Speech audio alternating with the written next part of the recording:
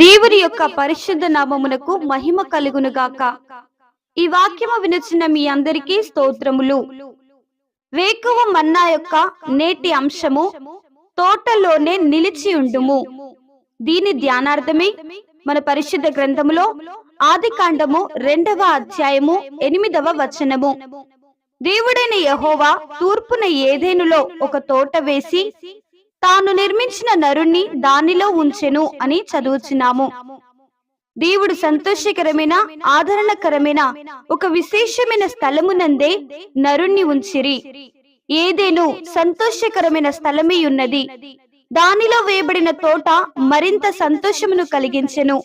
ఇది సంఘమును చూపుచున్నది. మనము క్రొత్తగా జన్మించి నీటి మూలముగాను ఆత్మ మూలముగాను జన్మించినప్పుడు ప్రభువు మనలను తన సంఘములో ఉంచుచున్నారు. అది మనకు సంతోషము కలిగించును. మరియు దేవుడు కూడా మన యందు సంతోషించుదురు. తాను నిర్మించిన నరుణ్ణి అనగా తాను కొంత రూపాంతర క్రియను జరిగించిన వారినే ప్రభువు తన సంఘమునందు ఉంచుదురు. అనగా ప్రాచీన స్వభావమును రూపాంతరపరిచి నవీన స్వభావమును రూపించిన వారిని ఉంచుదురు. సత్క్రియలు చేయుటకై మనము క్రీస్తు యేసునందు సృష్టింపబడిన వారమే ఆయన చేసిన పని ఉన్నాము అని ఎఫెసీలకు రాసిన పత్రిక 2వ అధ్యాయము 10వ వచనములో చదువుచున్నాము. నరునికి ఆహారమును నివాసమును మరియు సంరక్షణను కలుగచేయుటకు మరియు అతని అవసరతలన్నిటిని తీర్చుట కొరకే దేవుడు ఏదెనులో ఒక తోటను వేసెను.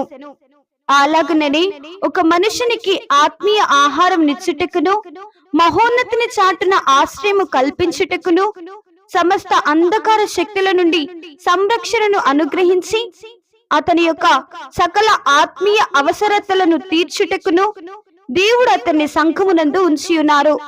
నరుడు పాపము చేసి తోటల నుండి బయటకు తోలివేయబడెను. అంతటితో అతని యొక్క సంతోషభరితమైన జీవితము ఒక ముగింపునకు వచ్చెను. దేవుడు మనల్ని ఉంచిన తోట యందు మనము నిలిచి ఉందుముగాక. కుమ్మరి వాని హస్తములలోని జిగట మట్టి వలె ఆయన కోరిక చొప్పున మనము రూపింపబడుటకు ఆయన హస్తములలోనికి మనలను మనము సమర్పించుకునేదముగాక.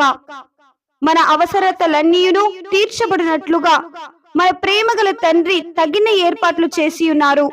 దేవుడు మనలను ఉంచిన చోటనే ఉండి పాపము నుండి లౌకికము నుండి మన జీవితములను కాపాడుకొనేదముగాక.